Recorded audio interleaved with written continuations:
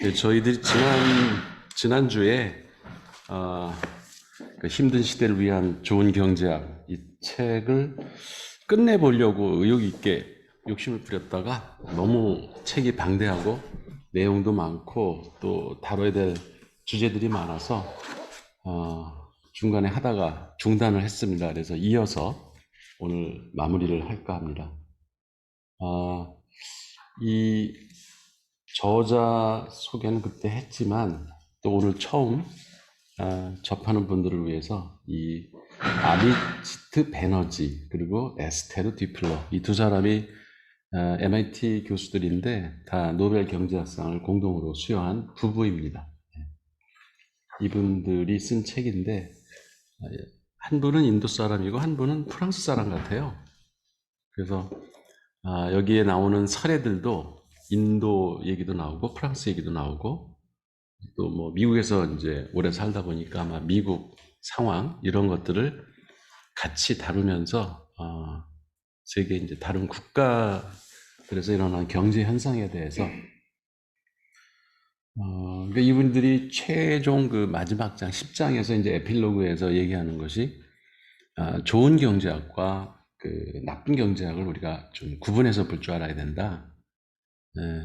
나쁜 경제학이라고 하는 것은 추측과 예단, 어떤 개인적인 사례 이런 거를 가지고 그걸 확대 해석을 해서 그 경제 현상을 이렇게 감정적으로 몰고 가려고 하는 그런 경향이 있다는 거죠. 그리고 정치에서도 그런 걸 이용을 하고 그게 검증이 안 됐는데도 어떤 경우에는 국가 시책으로 되고 이제 트럼프 얘가 이제 대표적인 예다 뭐 이런 얘기도 나오고요.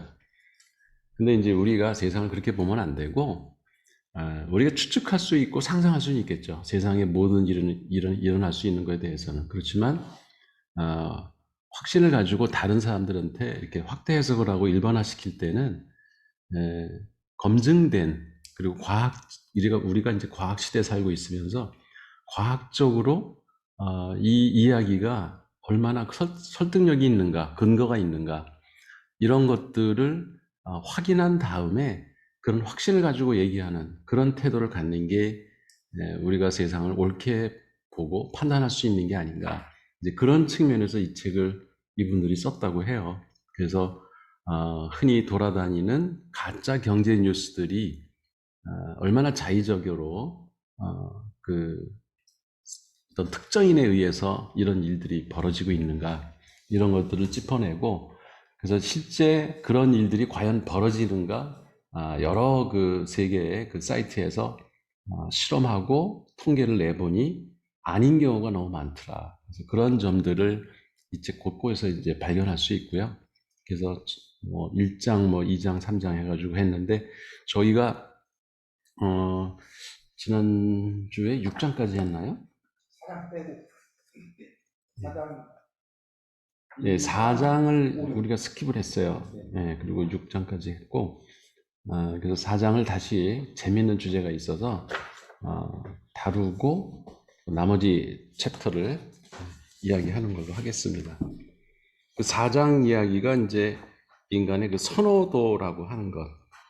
그 개념상으로 이제 선호와 신념 이야기가 나오죠. 그러니까 선호라고 하는 거는, 이미 이전에 어떤 정보를 다 검색해 보고 자기가 얻은 경험 이런 것들을 결합을 해서 그 특정 사안을 결정하는 거죠. 자기가 좋아하는 거죠.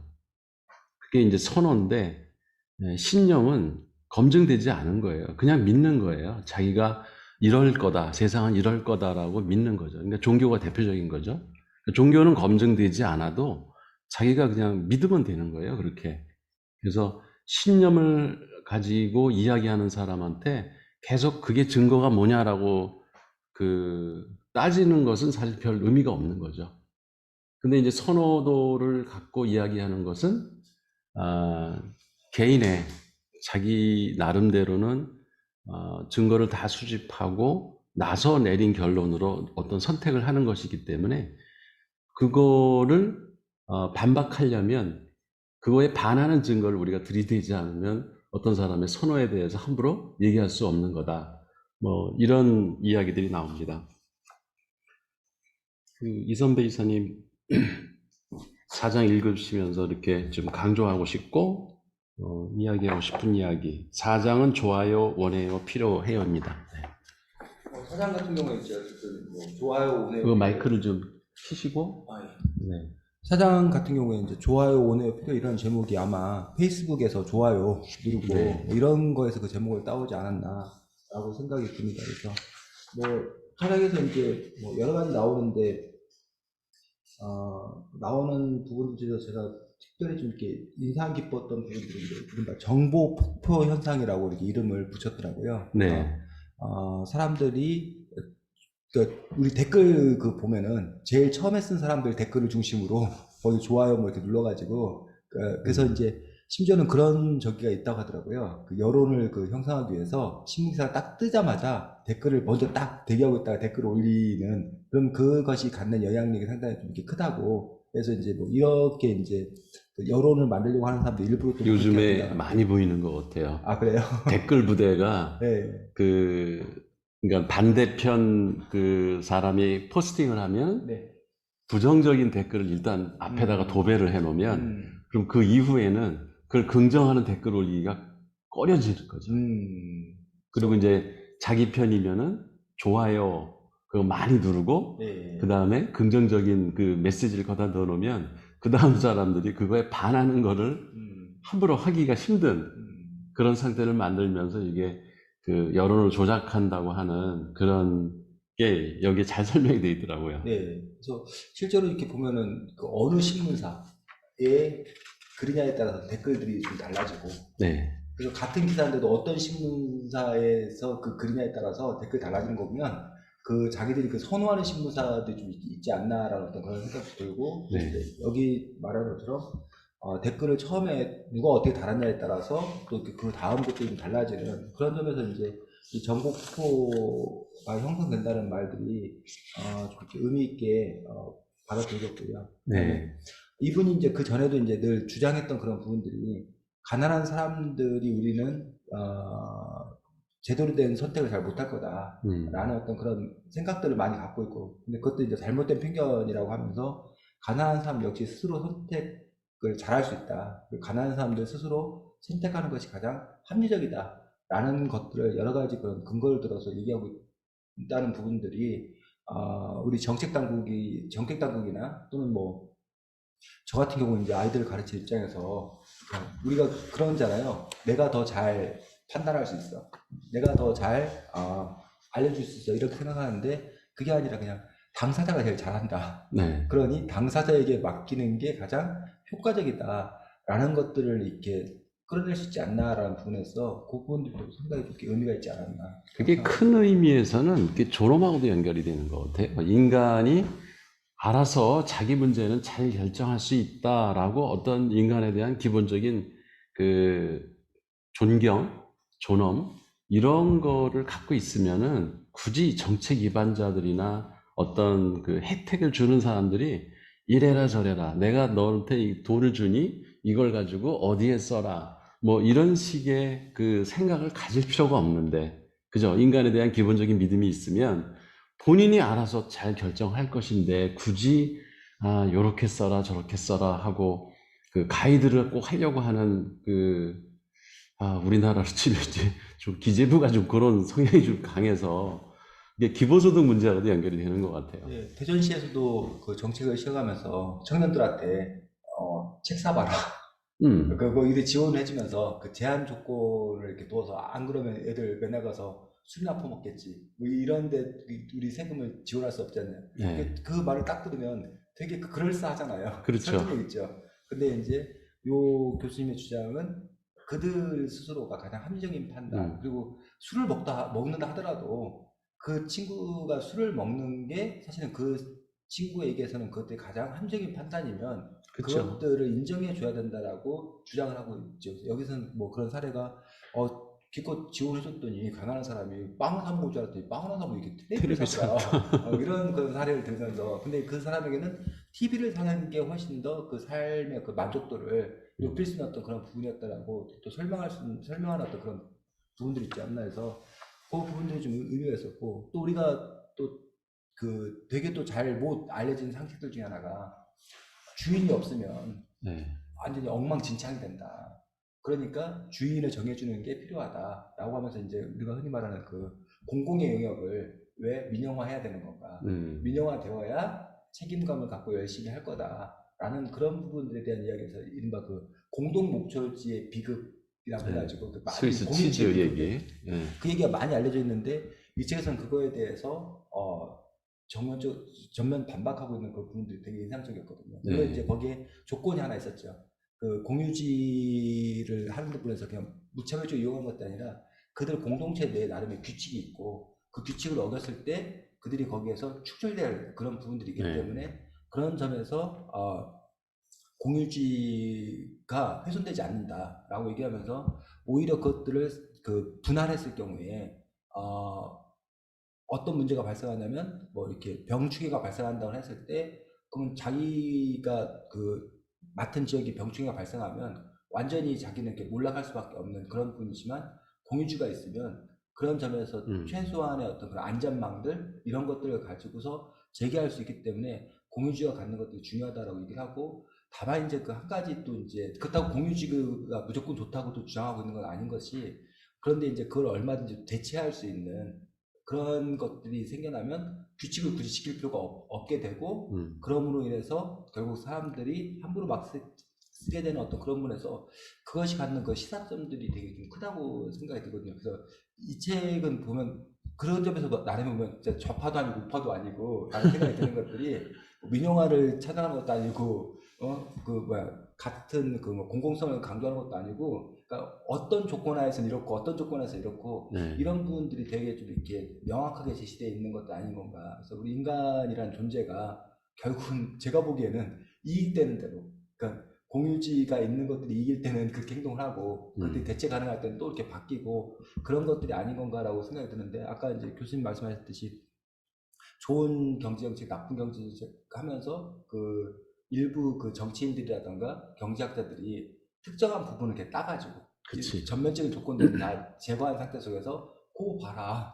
그러니까 이렇게 해야 된다라고 자기 어떤 그런 그 이데올로기를 정당화하는데 그런 분들을 이용하는 어떤 그런 부분도 좀 이게 문제가 있지 않냐 뭐 이런 얘기들을 좀 이렇게 하고 있었다고 생각합니다. 진창인 선님은 그러니까 4장 읽으면서 이렇게 좀 인상적이었던 부분.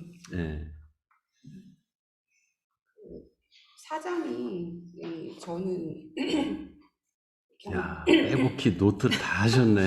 근데 생각이 하나도 안 나요. 경제학 책이 저는 되게 낯선 분야거든요. 네.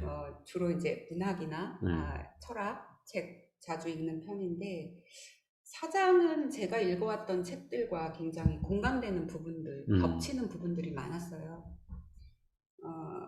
이분의 그 1, 2, 3장 지난주에 말씀 나누셨겠지만 초반부터 이분이 지향하는 바가 자신의 이론으로 이 세상을 보는 게 아니라 이론을 내려놓고 이 세상의 통계나 사실적 접근을 하려고 많은 노력을 하셨더라고요.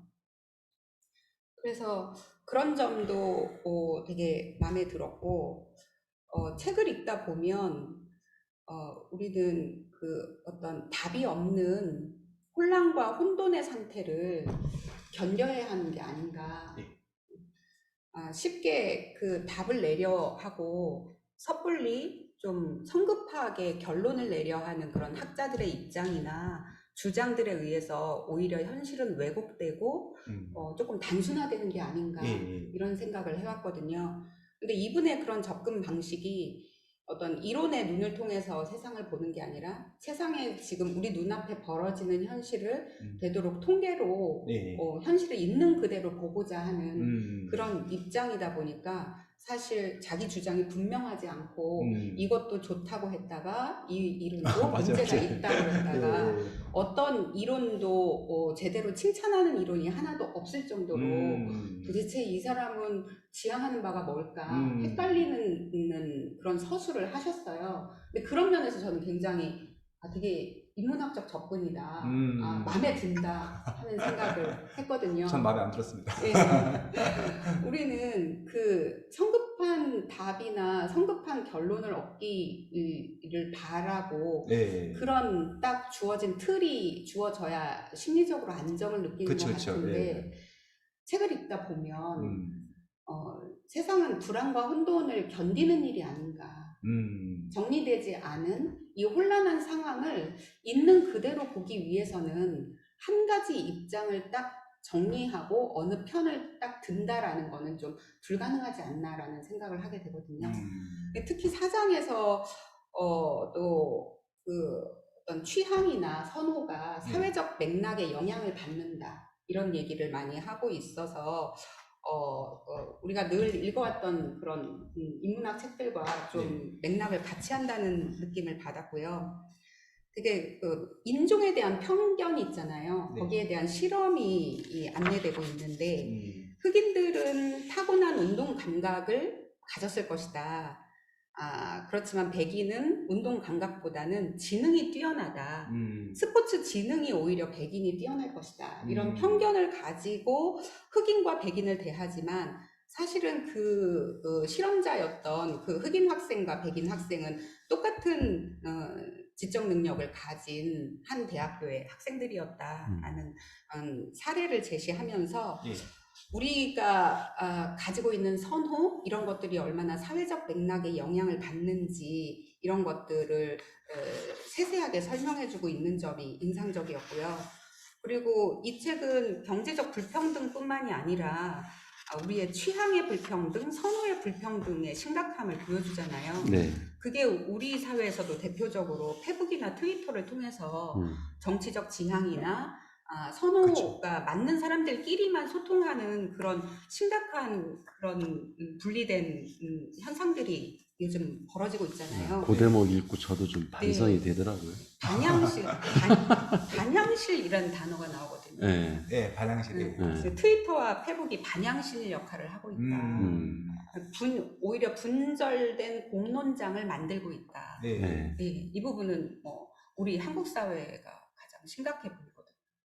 그러니까 저희 그 북운동, 독서운동 하는 사람들도 그러니까 겉으로 표방하기는 다양한 사람들이 새로 이렇게 진입되기를 원하고 그 많은 사람들에게 보급하기 위한 운동이다 이렇게 표방을 하는데 그게 이렇게 진행이 되다 보면 자연스럽게 같은 성향을 가진 사람들끼리 계속 토크도 같게 진행하게 되고 패널로 참여하게도 되고 그러다 보면 또 끼리끼리 모임이 돼서 그 제3자들이 보면 쟤들끼리만 놀고 있네 이런 인상을 줘요. 그러니까 사실 우리도 사실 그런 측면이 있고 그래서 이걸 어떻게 타파해야 될지가 근데 일을 또 이렇게 행사를 하고 이런 그 독서 모임 뭐 북토크 콘서트 이런 걸 하다 보면 결국 관심 있는 사람들만 거기 와서 참여를 하고 하다 보니까 결과적으로 그렇게 또 되는 거예요. 그래서 어제 제가 그 페이스북에 포스팅한 것 중에 VR 그 가상현실 그 기계 오큘러스 그거를 사서 이제 새로운 경험을 했거든요. 야, 그렇게 기술이 발달한 줄은 몰랐다. 근데 그걸 보면서 이제 처음에 그걸 산 이유가 북토크를 VR로 하면 어떨까? 그래서 사막 한가운데 삥 둘러 앉아가지고 토론을 하고 얘기하고 또 뭐 히말라야 그 추운 그 산 정상에 올라 앉아가지고 그 캐릭터 얼굴을 넣으면 그렇게 가능하다고 하더라고요. 그래서 이제 거기서 이야기를 나누는 거를 또 중계를 하고 이런 생각을 해서 이제 그걸 샀는데 그런 생각이 들더라고요. 그 젊은 그 신세대가 사실은 독서 인구로 이렇게 유입되는 거가 가장 독서 운동의 큰 효과라고 저는 생각을 하거든요. 이미 그 자기 정체성도 확립이 되고 먹고 살만하고 이미 세상을 정리해 나간 사람들이 책을 많이 읽는 거는 본인만을 위한 건데 이게 젊은 사람들에게 이렇게 그 안 읽던 사람들이 책 독서 습관을 들이게 하고 그렇게 하면은 독서 운동이 정말 효과가 있다. 저는 그렇게 생각을 해서 이게 VR이라는 게 게임, 그다음에 재미있는 이런 요소가 있어서 그냥 이런 책 모임 한다고 그러면 젊은 학생들이 별로 관심이 없는데 VR 북토크다라고 해서 멤버를 모집하면은 관심을 갖고 애들이 들어오지 않을까. 그래서 거기서 아이들하고 같이 놀면서 자연스럽게 그 책에 가까워지게 만드는 그런 효과가 있지 않을까 하는 생각이 어제 들었어요. 이 저자가 그래서 내세우는 그나마 해결책 중에 하나가 함께 섞이기. 그리고 그것들이 어릴수록 좋다. 네. 어릴수록 그 함께 섞였던 경험을 갖고 있는 사람들은 그거에 대한 어떤 편견 이런 것들이 없다라고 얘기했는데, 지금 말씀하신 것처럼 책을 읽는 사람과 게임하는 사람은 별개의 영역, 별개의 세계. 그치, 전혀 다른 사람처럼. 그 섞여보는 면에서 그쵸. 그런 부분에서 이제 서로가 배울 수 있다라는 점에서 뭐 어쨌든 그 시도가 되게 의미 있는 그런 시도가 아닐까라고 생각이 들었고요. 그래서 이 책에 보면 이제 제가 또 인상 깊게 봤던 그런 부분들이, 희망적인 부분들은 과거에는 배척했지만 결국 나중에 또 통합되더라 라는 그 역사를 바라보면은 뭐 그런 점에서도 되게 긍정적인 그런 측면도 있었고, 하지만 뭐 그 저희가 또 이제 조심해야 될 어떤 그런 부분들, 그러니까 선한 정책, 좋은 정책으로 그 일을 실시했음에도 불구하고 그 일이 오히려 뜻하지 않은 역효과를 발휘한 어떤 그런 부분에 그쵸. 대해서 아주 지적을 하고 있더라고요. 그래서 이제 흑인들에 대해서 이렇게 뭐 성별이나 뭐 범죄 경력이나 이런 것들을 그 우리 이제 이력서에 이제 예를 들면 뭐 남성, 여성 뭐 이런 것들, 아니면 뭐 나이 뭐 이런 것들을 뭐 하지 말자 이제 이런 음식이 있잖아요. 미국엔 그런 거 없더라 이러면서. 근데 이제 그런 게 우린 좋은 정책이다라고만. 그치. 원래 의도는 네. 그러니까 흑인 차별 이런 걸 안 하게 하기 위한 정책이었는데. 그렇죠, 그렇죠. 그렇게만 우리가 생각을 했었는데 막상 아유 하십시오. 막상 봤더니 그 범죄 이력이나 이런 것들을 표시하지 않게 했더니 아예 흑인들에 대해서는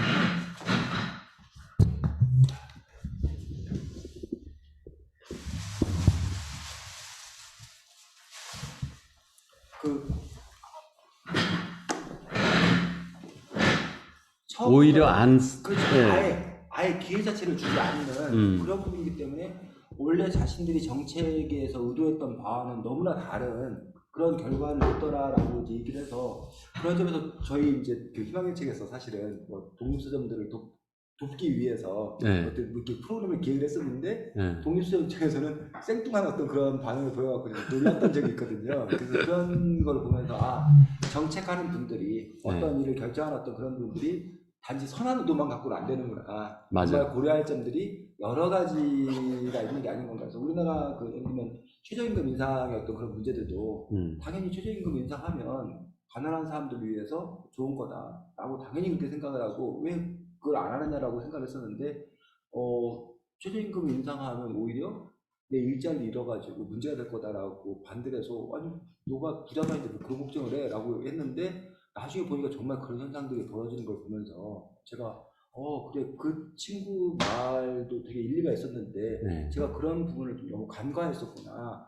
라는 부분을 뒤늦게 좀 이렇게 반성하는 어떤 그런 측면이 있어가지고, 우리 인간의 일이라는 게 정말 단순하지 않구나.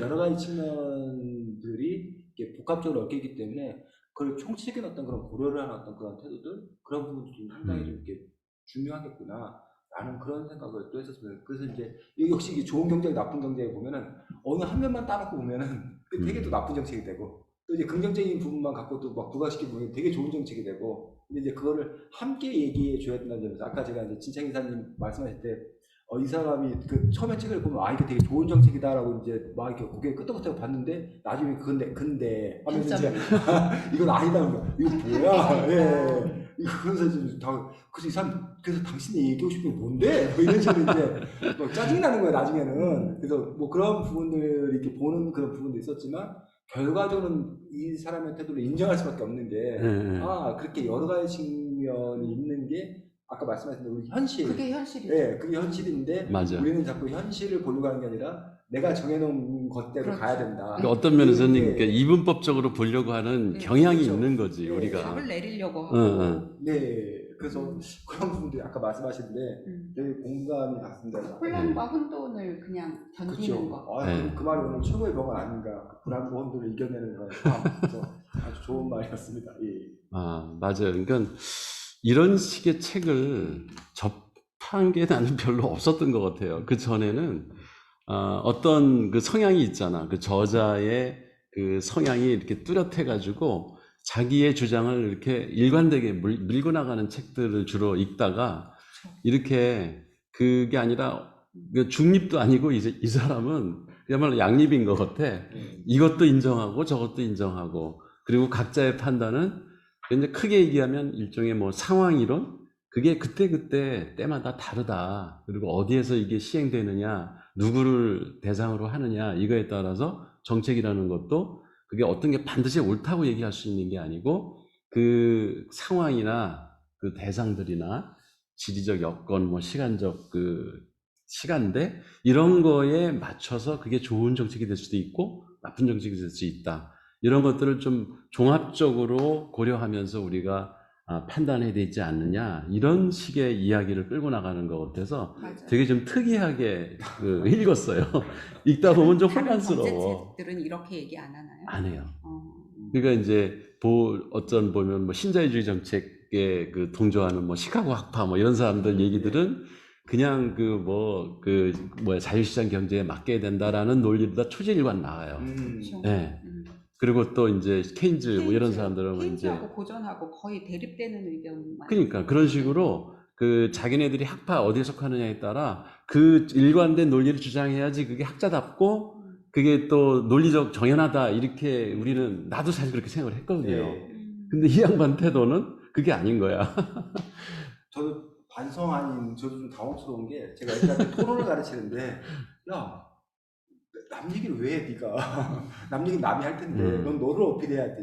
너를 어필해야지. 왜 이렇게 유리한 얘기만 해? 그래야 설득력을 갖는 거야. 라고 얘기를 해서 보통의 경우는 이렇게 자기 주장을 정해놓고 그 주장을 뒷받침할 수 있는 그런 근거들을 제시하는 걸로 이야기를 해가는 어떤 그런 부분들인데 어쨌든 뭐 또 이 책은 또 이 책 자체가 또 지향하는 바가 있기 때문에 그런 데서 보면은 또 이 책에 또 이렇게 스탠스라는 부분들도 우리가 이해되는 부분들도 있지 않나 라고 생각합니다. 그리고 이제 뭐 사회적 맥락 이런 거를 중요시하는 것. 우리 박주환 이사님은 멀리 마늘 캐러 갔다가 마늘 포스팅 본 지가 몇 시간 안 되는데 벌써 여기 와서 있어요. 서산에서 그냥 달려왔습니다. 열심히 달려왔는데 이걸 내려놓고 막 오다 보니까 이게 많이 늦었습니다. 죄송합니다.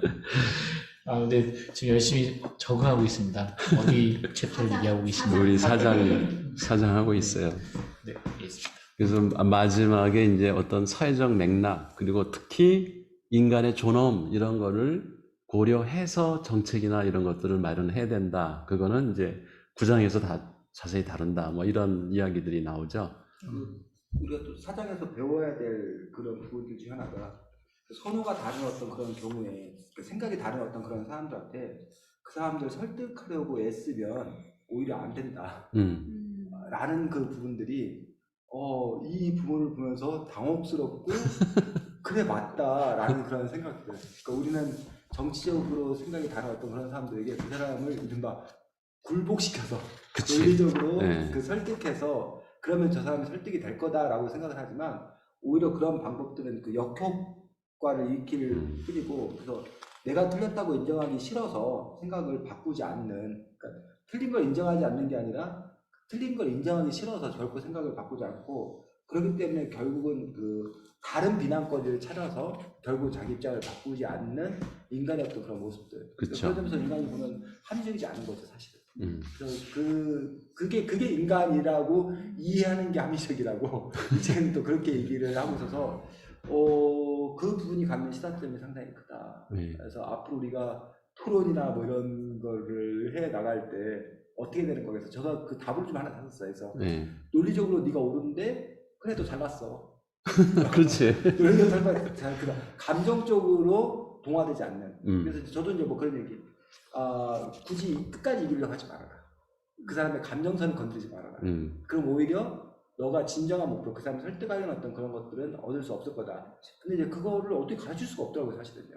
저도 잘 모르겠고. 그래서 그런 점에서 일단 토론을 가르치는 입장에서는 논리적으로 어떻게 하면 이겨낼 건가 이것만 집중을 했었는데 이것까지 안다면 논리적으로 이기는 게 중요하지 않다 라는 어떤 그런 부분에서 좀 이렇게 배움은 있었지만 어. 그럼 그다음에 어떻게 어떻게 하나? 될지는 네. 막연해. 네, 그런 점이 좀 어려움이 있었어요. 저도 이 책 그 지금 요 장의 마지막쯤에서 이렇게 하는 얘기인 것 같아요. 이 장의 마지막쯤 얘기인데, 요 얘기가 저는 되게 좀 많이 와닿았던 게, 타인에 대한 나의 반응은 나의 자존감과 밀접하게 관련이 있다. 그래서 239페이지인데, 개인의 존엄을 존중한다는 원칙의 바탕을 둔 아까 그 얘기신 것 같아요. 네. 정책만이 평범한 사람들이 관용적인 생각에 더 많이 열려있게 해줄 수 있을 것이다 라고 하면서 이렇게 딱 그 말을 해주는데, 요 장을 아니면 요 책을 전반적으로 요약하는 구절이다 라고 생각이 들 정도로 결국 그 내 자신이 여기서는 사실 타인에 대한 부분이 아니라 타인에 대한 어떤 태도의 핵심은 내 자신의 불안한 위치에 대한 것들이 결국 타인에 대한 그 비난과 이런 것들의 그게 된다, 원인이 된다. 그러니까 내 자신이 그 안정적인 그 위치를 그 유지할 수 있도록 하는 뭐 어떤 정책적인 결정들이 돼야 된다에 대한 부분을 이렇게 밑에 이렇게 까는 그런 얘기들을 좀 하는 것 같다는 느낌이 들었거든요. 결국 이 사회적으로 결국 그게 이제 경제적인 거겠죠. 경제적인 어떤 아니면 권리적인, 권력적인 이런 부분이 있겠지만 전반적으로 요 앞에서 얘기하는 얘기들은 내가 아무리 얘기해도 내가 아무리 설득하고 뭔가 논리 정연하게 얘기해도 안 들을 귀는 안 듣는다. 예. 근데 그게 왜 안 듣냐? 결국은 다양성에 대한 부분이 사회 전반적으로 없고 그 부분을 확보하기 위해서 좋은 방법들이 이제 서로 섞이는 건데 섞이려고 하는데 이제 결국 내가 불안하니 타인을 인정할 수 없는 거죠. 그 부분을 짚어주는 부분 게 저는 그렇구나. 이 개인의 존엄 그게 결국 나의 존엄이죠. 이게 제가 지금 갑자기 드는 생각이 제가 좀 전에 집사람하고 이제 얘기를 하다 온 게 요즘에 갑자기 그 비타민 영양제에 지금 꽂혀가지고 그지가 않는데 아니 뭐 여태까지 왜 그런 거 먹는 걸 이해를 못하고 그러다가 왜 갑자기 그러는데 그리고 그걸 먹은 사람과 안 먹은 사람 차이가 도대체 뭔데? 라고 해서 저는 이제 그렇게 얘기를 했어요. 그때 이제 한참 얘기하다가 뭐 나이가 먹으면 그 너무 힘이 드는데 그거를 이렇게 보충해주는 어떤 그런 부분에서 영양제가 갖는 그 효과성들 그런 부분에서 얘기를 하더라고요. 그래서 제가 그런 얘기를 했어요. 힘이 들면 쉬어야지. 응?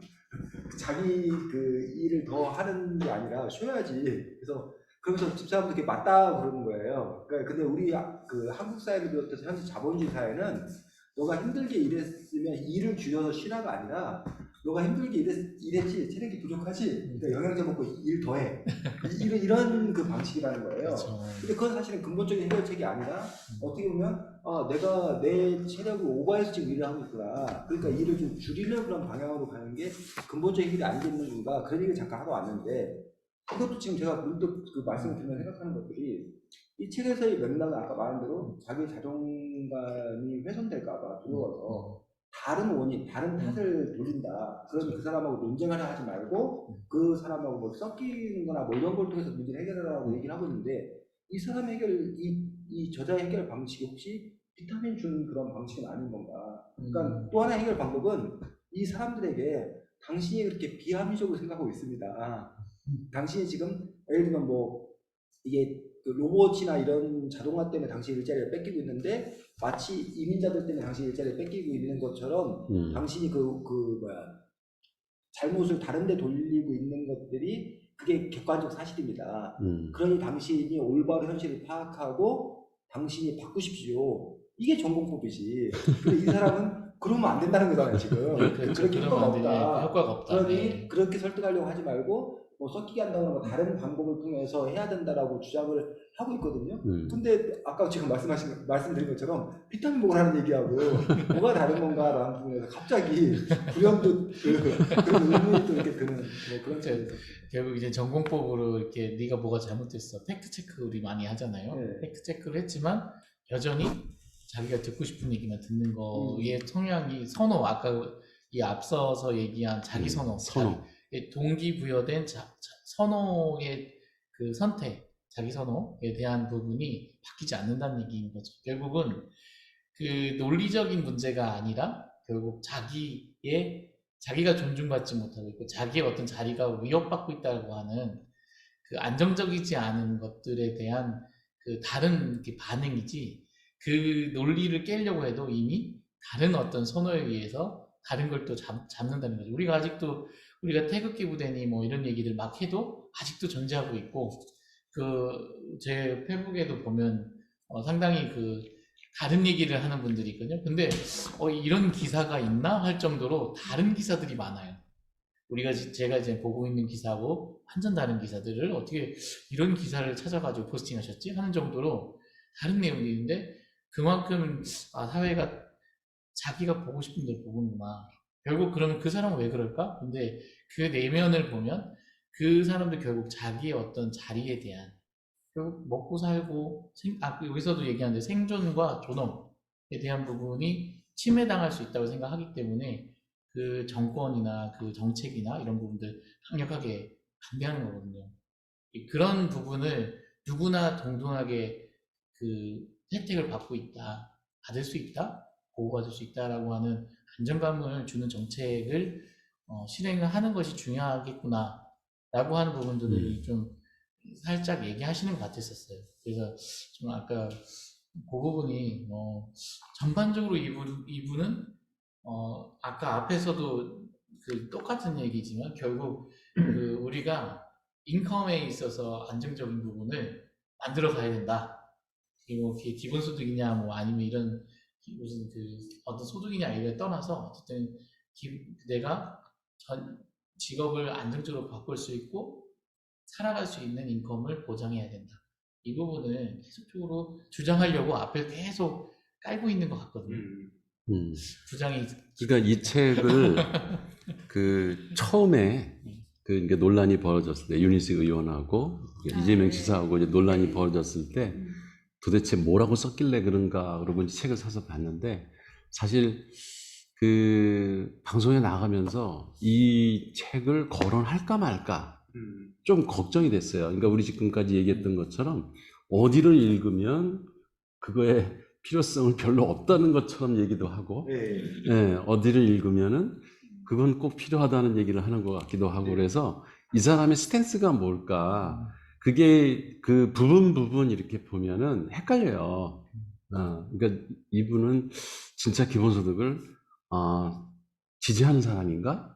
그럼 어딜 읽다 보면은 아닌 것 같아? 뭐 이런 생각이 들어요. 근데 이걸 이제 전체를 다 읽고 문구를 이렇게 깊이 이렇게 생각을 해보면 이분이 이랬다 저랬다 하는 것 같지만 줄기차게 주장하는 게 하나가 뭐냐면 존엄이야. 인간의 존엄을 존중해줘야 된다.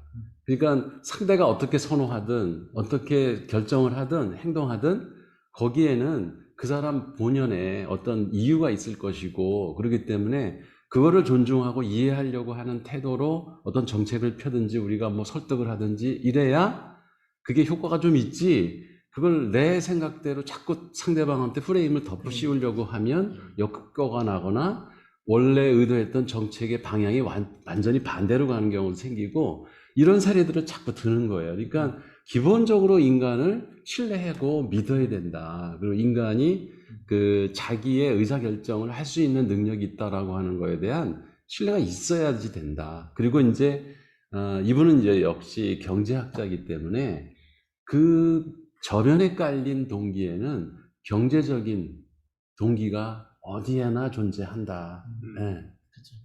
그러니까 사람들이 파업을 일으키는 것도 결국은 자기 자존심 상하고 이렇게 사회적 가족의 안녕 이런 거를 걱정하는 것 같지만 사실은 경제적 어떤 욕구의 발현일 수도 있는 거고, 또 어디에 찬동을 하고 군중들이 많이 모이는 곳에 가서 새로운 정보를 얻을까, 아까 이제 좋아요 누르는데 내가 같이 군중심리처럼 따라가는 것 같지만 거기에도 뭔가 이 정보를 습득하면은 나한테 경제적으로 유리한 뭐가가 있지 않을까라고 하는 동기가 저 밑에는 깔려 있다. 그러니까 이 사람은 경제학자이기 때문에 설명을 하다 보면 뒷부분에 가서는 경제 얘기가 툭 튀어나와요. 네. 그런 식으로 이 사람이 책을 쓰더라고. 그래서 키워드가 기본적으로 인간에 대한 존중은 있어야 된다. 예. 그게 이게 보이면서 결국 나는 그래서 이 책을 이제 기본소득의 교과서라고 해도 난 괜찮다라고 하는 게 이제 와서 이제 느끼는 게 결국은 인간이 기본적으로 자기의 인간의 존엄성을 지키기 위한 경제적인 기본 바탕이 깔리지 않으면 어떤 행동을 하든 그거는 근본적인 동기가 아니고 그 상황에 따라서 달리 반응하는 하나의 그러니까 현상일 뿐이다. 이 얘기를 이 사람은 하는 것 같은 생각이 들더라고요. 그래서 그 기본적인 인간의 생존 욕구, 존엄성 이걸 지키기 위해서는 기본소득이라는 게 필요하다는 것을 이 사람은 은근히 얘기하고 있는 게 아닌가. 저는 그런 생각을 하게 됐어요. 이 책에서 기본소득에 대한 그 내용이 그렇게 많이 다루지는 않았어요. 그죠. 9장에서만 네, 이제 이 네. 얘기를 했죠. 그래서 예. 9장에서 전체적 맥락으로 봤을 때 이분이 기본소득에 대한 굉장히 찬성하는 입장이 보이긴 했고, 이게 2019년에 쓰이지 않고 코로나를 겪은 네. 2021년에 쓰였다면 조금 달라지지 않았을까 이런 생각이 들고요. 저희 국민들도 코로나 겪고 국민지원금 받으면서 기본소득에 대한 관심과 그 가능성에 대해서 생각하게 되었잖아요. 그래서 이 책의 출간 시점에 따라서 조금은 좀 달라지지 않았을까 그런 생각도 들었고, 이재명과 윤희숙 의원의 논쟁을 보면서 정치적 논쟁과 말싸움은 굉장히 즉흥적이고 네. 단칼에 나가야 되는 거고 그리고 토론의 시간이 굉장히 짧잖아요. 그쵸. 그래서 이 많은 얘기들을 담을 수가 없거든요. 저는 그 논쟁을 보면서 누가 책을 제대로 읽었고 누가 맞고 틀리다를 말하기 이전에 윤희숙 의원과 그 정당은 국민들의 소득에 대해서 얼마나 고민한 적이 있는가, 국민들의 자존감과 그리고 가난한 자들의 그 존중에 대해서 그렇죠. 얼마나 네. 정책을 고민하고 연구했던가. 그러니까 정치인들의 주고받는 말싸움만 우리가 보면서 누가 틀렸네, 누가 맞았네, 이 책에는 몇 페이지에 이 사람은 기본소득을 찬성했네, 반대했네, 이것만 따질 게 아니라 그렇죠. 윤희숙 의원이 이 책을 처음부터 끝까지 읽었다면 기본소득의 필요성과 그리고 국민들의 어떤 자아 존중감의 필요성, 현재의 어떤 부와 빈부 격차의 불평등, 극심한 불평등에 대한 심각성, 이런 것들에 대해서 더 얘기를 해야지. 그쵸. 책을 발췌독한 것도 아니고 요 부분이 이재명 지사 틀렸어, 이것만 얘기할 건 아니죠. 그건 그렇죠. 책을 읽은 게 아니죠. 맞아요. 저는 그 지점을 봐야 된다고 생각해요. 맞습니다. 이 책을 전반적으로 얘기하는 건 어쨌든 아까 얘기하신 존엄에 대한 그 부분을 보장하기 위한 정책이 무엇이냐는 거를 계속 제시를 해보려고 하시는 거지. 사실 그게 이분이 지지하냐 안 하냐 이거는 중요한 어떤 내용은 아닌 것 같아요. 근데 방법 중에 하나에 그것도 있다. 그것도 사실 근데 이분은 그것도 제시하지만 그 취업에 대한 우리 취업 수당이라고 해야 되나 그런 어떤 거를 뭐 길게 줘야 된다. 예, 그거를 뭐 2년씩 줘서 전향 전환할 수 있는 기간을 충분히 줘야 된다. 뭐 이런 것도 하나의 정책으로 또 제안을 하시거든요. 그러니까 사실 어쨌든 한 인간이 이 땅에 태어나서 일을 해가면서 자기의 어떤 생존과 존엄에 대한 부분을 지켜갈 수 있도록 소득을 보장할 수 있는 방법, 그리고 그걸 이어갈 수 있도록 지속해갈 수 있는 사회 변화에 맞춰서 지속해갈 수 있는 방법을 제시해줘야 된다에 대한 부분을 더 좀 포커스였던 것 같아요. 자연스럽게 그 장으로 넘어갔을 때 제가 말씀드리면 제가 기본소득을 지지하는 사람이 있지만 좀 뼈아픈, 그러면서 이거 정말 이해하고 검증하고 싶었던 부분들이 기본소득이 주어지면 사람들이 어쨌든 임금 노동에서 좀 자유로워져서 자기가 하고 싶은 일을 할 거고 사회적으로 의미 있는 일도 할 것이다 라는 것들이 기본소득 주장하는 분들의 중요한 논거들 중에 하나인 것도 사실거든요. 그렇죠. 그래서 근데 이제 이 책에서는 뭐 그런 또 연구 사례를 들어서 오히려 은퇴자들이 그냥 TV나 보려고 그러지 음. 봉사하지 않는다. 봉사는 그냥 우리 했던 사람이 하는 거다. 라는 식으로 얘기를 하면서 했던 그런 분이 하나 있고요. 그래서 이 분은 뭐 더 지금 이렇게 뭐 그 노골적으로 얘기를 하면 요즘에 그 이낙연 씨가 주장하는 그리고 이제 지금 현재 문재인 정부가 주장하는 전 국민 그 일자리를 주는 일자리 보장 정책을 오히려 지지하고 있는 것처럼 보여집니다, 사실은. 끝까지 놓고 보면. 예. 그리고 이제 이분 같은 경우에 이른바 지금 현재 또 이제 기본소득을 얘기하시는 또 많은 부분들이 설득력인 논거 중에 하나가 이른바 4차 산업혁명에 의해서 일자리가 많이 감소할 거다라는 부분에 대해서 이 책의 저자는 그 부분에 대해서는 아직 알려진 바 없다. 입장. 맞아요. 다만 이제 그 전까지 이제 이른바 러다이트 운동에 있었지만 결과적으로는 일자리 더 많이 생겨났다. 그리고 더 우리 인간들은 더 풍요로워졌다. 근데 다만 이제 거기서 또 이제 제가 몰랐던 부분들은 다만 그 전환되는 시기가 너무 길었다. 그래서 각 개개인들은 너무 고통스러웠다. 그런 부분이 있기 때문에 그 부분들에 대한 문제를 어떻게 해결할 것인 건가라는 부분들에 대해서 우리가 뭔가 필요한 것들이 있다라고 얘기했던 부분들이라고 생각이 들고요.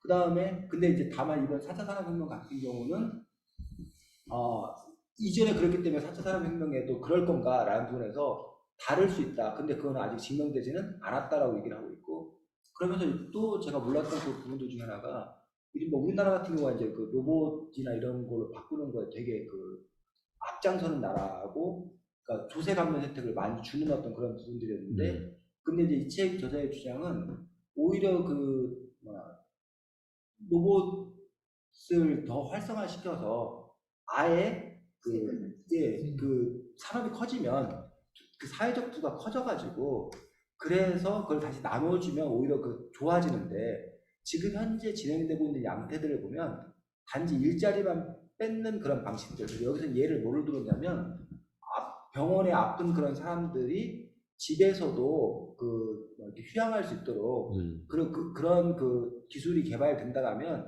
사회적 부가 커지고 보험사도 이익이 되고 그걸 뭐 나눌 수도 있고 이런데, 지금 그 앱을 개발하는 게 아니라 단지 그 보험료 계산하는 어떤 그런 방식을 효율화시키는 것만 발달하니까 거기에 일하는 사람 일자리만 그냥 사라지고 새로운 일자리는 생기지 않고 그 보험회사만 더 돈을 많이 버는 그런 구조, 그런 식의 어떤 그런 자동화, 로봇화라는 것들이 갖는 문제점에 대해서 오히려 얘기하고 있는 그런 측면들이 좀 있었거든요.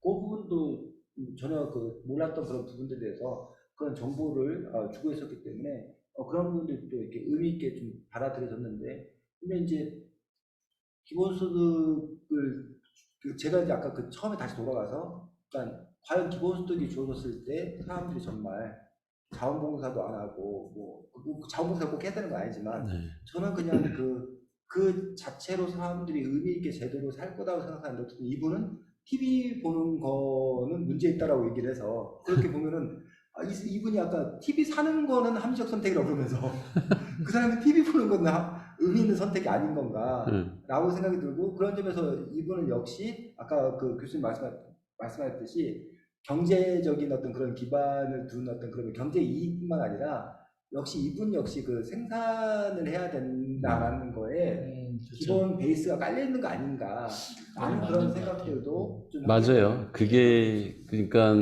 왜 사피엔스 유발 하라리의 관점하고는 이 사람은 다른 것 같아요. 그러니까 유발 하라리는 그 농업 혁명, 이걸 우리 인류들은 계속 그게 식량난을 해결하고 인간이 그야말로 그 기아에서 벗어나고 그 어떤 생산성에 이렇게 한 단계 업그레이드 되는 그런 효과들이 있었다고 우리는 계속 배워왔는데, 그게 사실은 재앙이었다. 예. 그게 사람이 노동이라는 것이 무슨 최고의 가치인 양 사람들을 그러니까 일의 노예를 만드는 거에 하나의 그 시발점이었다. 이렇게 유발 하라리는 보잖아요. 근데 이분은 그런 측면에서는 노동의 가치를 끝까지 중요시해요. 거기에 이제 윤희숙 의원도 그 점을 딱 짚어서 미국과 같이 선진국에서는 일자리를 해결해 주지 않고 기본소득 경제적인 문제를 해결해 주는 것만으로는 사람들의 그 욕구를 만족시켜 줄 수 없다. 그 문장, 그거 하나 때문에 이제 논란이 됐던 건데, 이게, 그러니까 이 양반은 그 관점이 기존의 경제학자들이 갖고 있었던 그 노동의 중요성, 그거에서는 벗어나지 못한 것 같아. 그러니까 지금 저희가 이렇게 하고 있는 게 임금노동 아닌 거잖아요. 그치? 저희가 근데 이거 하고 있는 게 즐겁고 좋은 거잖아요. 네. 그러면 되는 거라고. 이것도 이제 이 사람은 노동으로, 가치 있는 노동으로 보고 싶은 생각이 있는 거예요. 네. 저는 그 직장인 친구들 보면 이제 은퇴를 고민하고 이제 정년을 이제 서서히 준비해야 될 선배들을 보면 그런 불안감이 있거든요. 내가 직장을 관두고 나왔을 때 직장에서 얻을 수 있는 성취감만큼의 그런 생활을 할 수가 있을까. 근데 직장 생활을 계속 안 했던 제 입장에서는 모르는 소리 마시게. 얼마나 즐거운데. 갈 때도 많고, 그치. 할 일도 많고, 맞아. 성취감을 느낄 일이 얼마나 많은데, 저는 개인적으로 독서하는 친구들 만나고, 책을 통해서 사유가 깊어지고, 투표하는 어떤 그런 실천이 좀 달라지고, 세상을 바라보는 눈이 달라지는 친구들을 보면서 굉장히 큰 성취감을 느끼고 보람을 느끼거든요. 그런 것처럼 직장인들은 이 직장 밖의 생활에 대해서 탐구하고 알아볼 여유가 없었을 뿐이지 이 직장 밖의 생활이 굉장히 이 두렵고 성취감을 주지 못하고 의미를 찾을 수 없을 거라는 생각은 그냥 선입견에 불과하다고 생각해요. 근데 이분의 결론도 미국인들은 그런 직장이 주는, 일터가 주는 선입견이 없고 기본 소득만 받는 건 의미가 없다라고 하시고 또 후진국은 그러나 기본소득 정책이 가능할 것이다. 후진국은 다양한 소득을 조사하고 거기에 드는 비용을 감당하기보다는 일괄적으로 보내는 기본소득에 훨씬 이득이 있을 것이다 라고 후진국의 경우와 미국의 경우를 딱 분리해서 보시는데 저는 그렇게 직장인들의 이 갖고 있는 일터에 대한 어떤 자부심 이런 것들 직장 밖에서도 충분히 찾을 수 있다고 생각하거든요.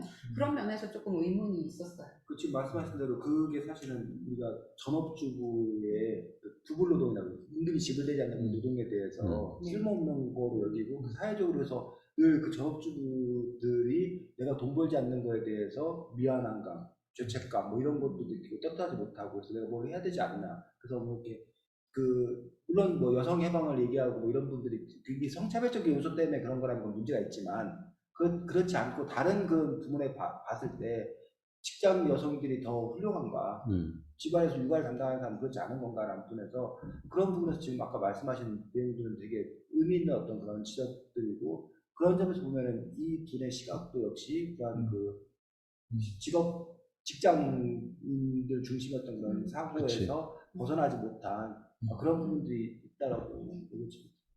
그 왜 이솝 우화에 개미와 배짱이 얘기가 많이 이제 인용이 되잖아요. 네. 그리고 요새 새로운 시대에는 배짱이 같은 사람이 이제 많이 필요할 거다.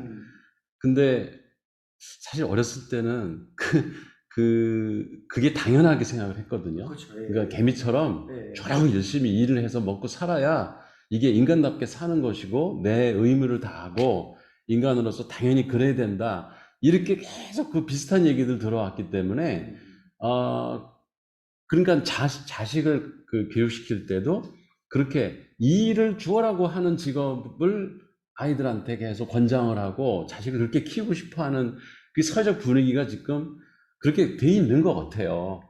근데 가끔 이제 뭐 연예인들이 이렇게 그야말로 배짱이잖아. 근데 돈을 많이 버는 거 보면은 요즘에 뭐 젊은 애들은 그 직업 선호도를 초등학생들 설문조사를 해보면은 뭐 70, 80%가 연예인이래요.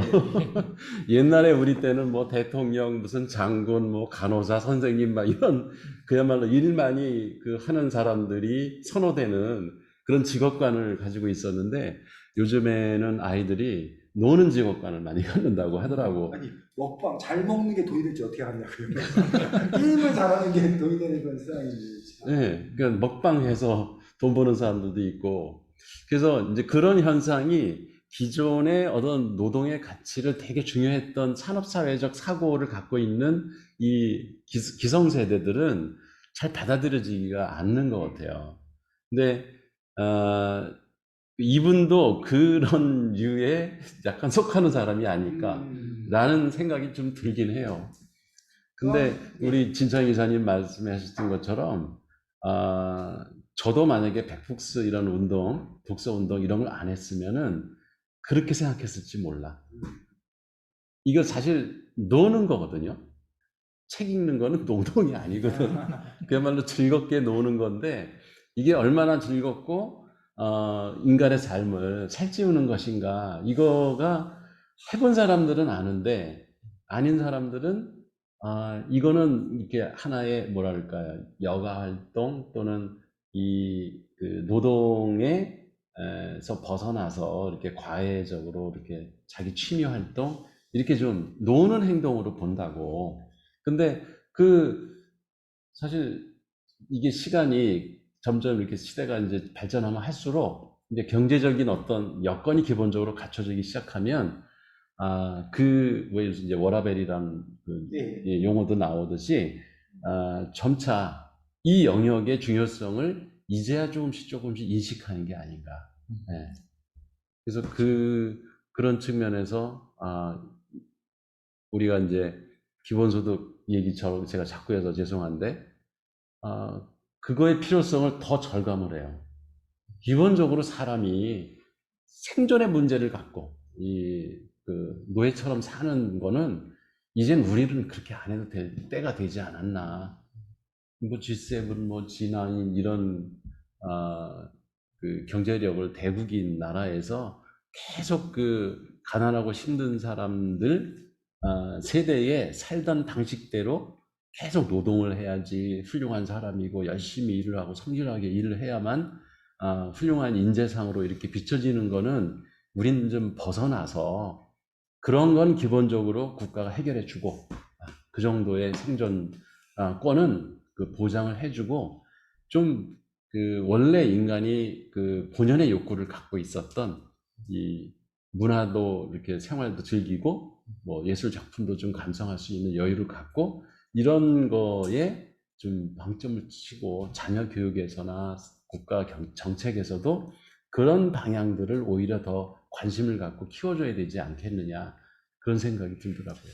이분이 진정한 기본소득 논자라고 말하기 힘든 이유를 저는 저희 기본소득 운동하는 분들 기본소득을 말하는 사람들은 여러 사람들인데 그 스펙트럼이 되게 넓어요. 그래서 기본소득은 좌도 아니고 우도 아니고 앞으로도 하는 그런 말이 있는데 네. 좌파도 기본소득 운동 얘기하고 우파도 기본소득 얘기하는데 사실 우파적 관점이 크거든요. 아까 가난한 나라들은 행정적으로 선별하기 힘들고 뭐하니 기본소득 나눠주는 게 좋다. 근데 그에 비해서 선진국들은 그런 거를 파악할 수 있는 행정력들을 갖고 있으니 굳이 기본소득 형태가 아닌 다른 형태가 좋다 이런 식으로 지금 얘기를 하고 있는 거거든요. 근데 기본소득은 그런 선별에 따른 비용을 감소시킬 수 있다는 그런 장점을 분명 갖고 있어요. 근데 기본소득을 해야 되는 어떤 그런 부분에 대해서 기본소득 논자들이 주장하는 그런 부분들은 공유부, 공통부. 그러니까 이 소득이라는 게 도대체 어떻게 생겨났는 건가. 근데 이제 이분도 사실은 그런 얘기를 하거든요. 이분은 왜 미국 사회가 더 이른바 슈퍼리치가 생겨나는 건가라는 어떤 그런 부분에서 금융업을 또 되게 질타를 하더라고요. 그런 점에서 이제 금융산업의 인재들이 몰려가고 그들이 지대를 걷는 거랑 뭐가 다르냐라는 식으로 그들이 정말 노력해서 뭐 실력 갖고 얻은 거냐 뭐 이런 부분들에 대해서 얘기하고 있는 또 그런 부분에서 비판하고 있는데 그런 점에서 우리가 갖고 있는 소득이나 부 이것들의 창출의 근원이 모두의 몫도 있다라는 것들이 기본소득을 주장하는 분들이고 그 몫을 나누자는 어떤 그런 부분들이 기본 전제 하에서 그 다음에 가서 이제 그런데 그것이 앞으로 4차 산업혁명 시대에 이런 문제를 해결해 줄 수 있고 또 뭐 선별 비용도 줄여줄 수 있고 이런 좋은 점이 더 있다 라는 어떤 그런 측면, 그건 후차적인 어떤 그런 문제들인데, 후차적인 문제에만 주목하고 있고, 가장 기본적인, 왜 기본수급을 해야 되는 건가에 대한 어떤 전제 자체는 출발점이 좀 다른 어떤 그런 측면에서 진정한 기본수급이다라고 말하기에는 제 입장에서는 좀 이렇게 한계점들이 좀 있지 않나라고 생각이 들고, 이분은 어쨌든 뭐 주목할 점들은 계속 몇 가지 제안하는 것들이 바 최고 임금을 뭐 설정하자는 어떤 그런 주장들이라든가 아니면 그 자산에 대해서 세금을 부과를 하면서 그래서 여기 또 그런 얘기 나오더라고요. 그러니까 저도 그 이해를 못했거든요. 부자들이 왜 세금을 덜 낸다라는 그 워런 버핏이 뭐 왜 내가 뭐 저기 직원보다 더 세금을 덜 낸다 해서 그게 무슨 말인지 제가 잘 이해를 못했는데 여기 설명이 나왔더라고요. 그러니까 자기들이 번 돈을 다시 재투자를 하게 되면 그것도 지금 세금을 안 걷는다는 말이에요. 그래서 소득세 중심으로 이제 세금을 걷다 보니까 그러다 보니까는 오히려 자기가 세금을 덜 낸다라는 어떤 그런 얘기라고 얘기를 해서 그런 자산 가진 거에 대해서 세금을 거두면 그러면 뭐 자산이 뭐 수천억인데 그거에 대해서 2% 정도를 내면 그것에 그 뭐 이익을 얻는 거에 한 40% 정도의 부분을 이렇게 세금을 걷는 효과가 있기 때문에 뭐 그런 주장을 함으로써 그러면 이제 불평등이 줄어들 거다. 그리고 이제 또 얘기를 하는 것들이 그런다고 해서 그 CEO들이 사후 세금을 더 낸다고 해서 일을 더 열심히 안 할까? 그렇지 않다는 거죠. 어차피 그 일은 더 열심히 할 거다라고 얘기하고 있고 그러면서 이제 그 스포츠의 예를 들더라고요. NBA에서 저기 연봉을 총액제를 적용하고 있는 것도 그 미국식이 아니지 않냐.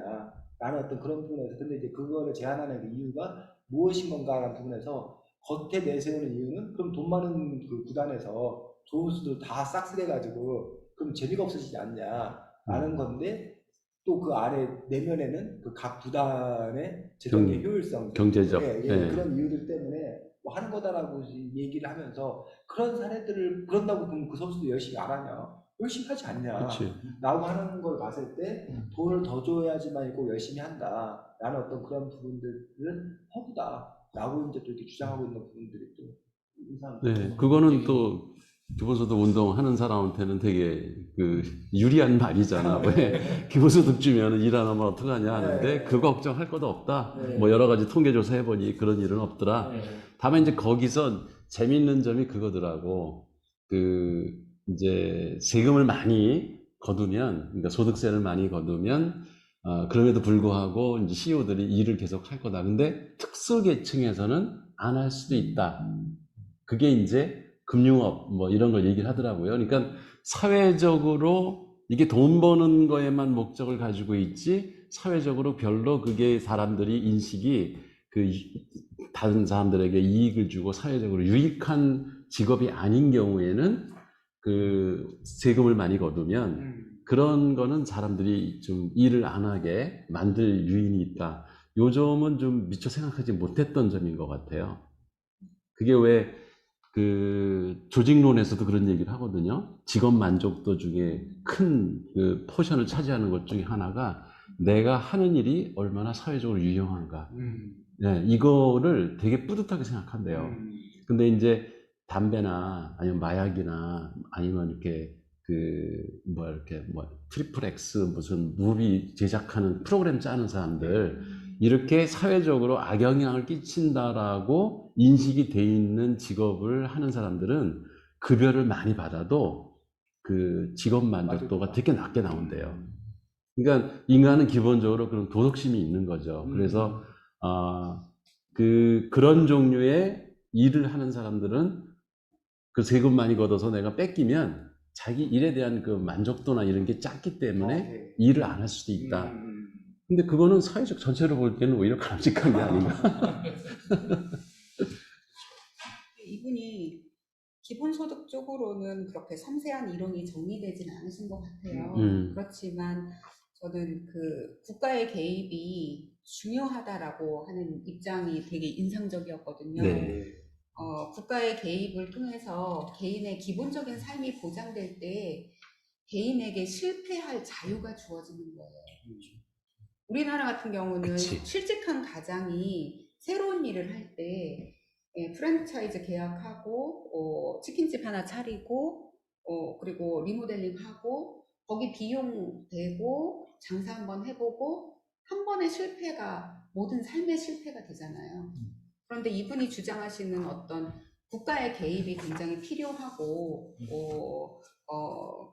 강력한 개입을 주장하는 면에 있어서 인간은 이제 인간의 존엄성도 중요하지만 실패할 자유를 얻는 것, 그리고 생계에서 벗어난 그런 나의 일에 대해서 시도를 다시 한번 할 수 있게 하는 그런 자유를 얻는 것 굉장히 중요하잖아요. 그래서 그런 면에서 이 경제학자의 주장이 되게 소중하다고 생각을 했어요.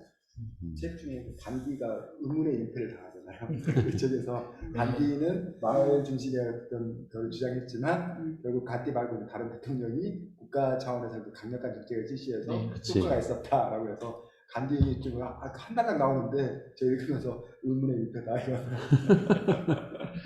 사실 이제 카스트 제도라고 하는 기존의 그 질서를 유지하려고 하는 것과 그 질서가 아닌 정말 그걸 철폐하고 모두가 다 그 일을 할 수 있는, 뭐 원하면 언제든 그 자기 원하는 그 위치에 가서 일을 할 수 있는 그런 것들의 그 내용을 그 포함하고 있을 것이다라고 생각을 못했었는데, 간디는 그런 어떤 카스 제도를 타파하는 사람은 아니었던 것 같더라고요. 그러니까 그게 사람이 자기가 살아온 환경, 성장 배경 이거를 벗어나기는 참 쉽지 않은 것 같아요. 그러니까 자기가 겪고 경험한 한계 내에서 사고를 하기 때문에 간디 다음에 그러니까 논리를 개발했다고 하는 그 사람은 아주 카스트에서 최하층이었잖아요. 네, 그러면서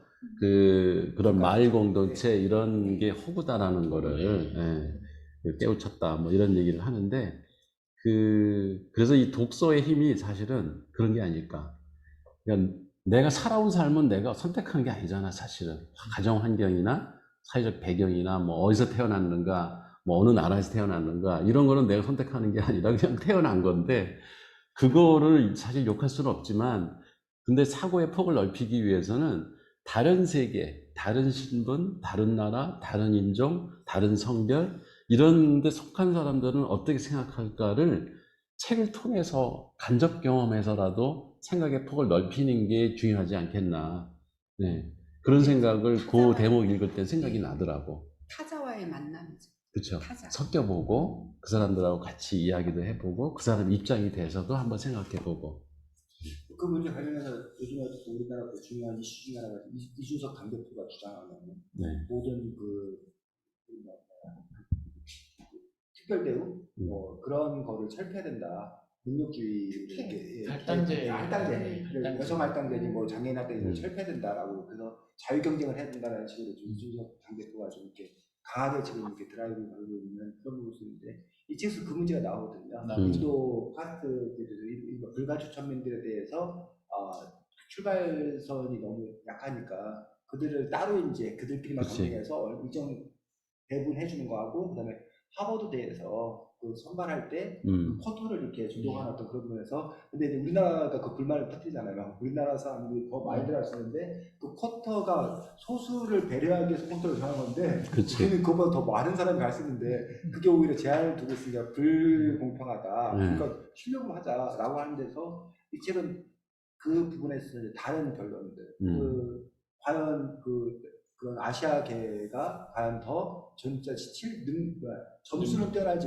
모르지만 인성이라던가 이런 측면에서 종합적인 고려했을 때 더 과연 뛰어난 건가 라는 부분에서 또 이제 문제를 제기하고 있고 그렇다 하더라도 그것이 과연 잠재 역량 그러니까 그가 그동안에 그 가정 환경에서 받아왔고 그 기득권에서 그는 이만큼 성장한 거고 흑인내가 그 정도 올라왔을 때는 아무것도 없는 데서 그 정도 올라온 거면 그럼 그 애는 더 같은 조건이었으면 더 갈 수 있는 거기 때문에 도대체 뭐가 옳은 거냐라는 그 부분들에서 물론 특별히 뭐 이렇다 저렇다라고 이 사람이 주장을 내서는 건 없지만 우리가 이렇게 우리 현재 어떤 그런 문제를 바라보는 측면에서 함께 고민해야 될 어떤 그런 지점들이 있지 않나라고 생각이 들어서 그 부분이 그 마이클 샌델의 정의란 무엇인가 강의에 확연하게 정리가 되거든요.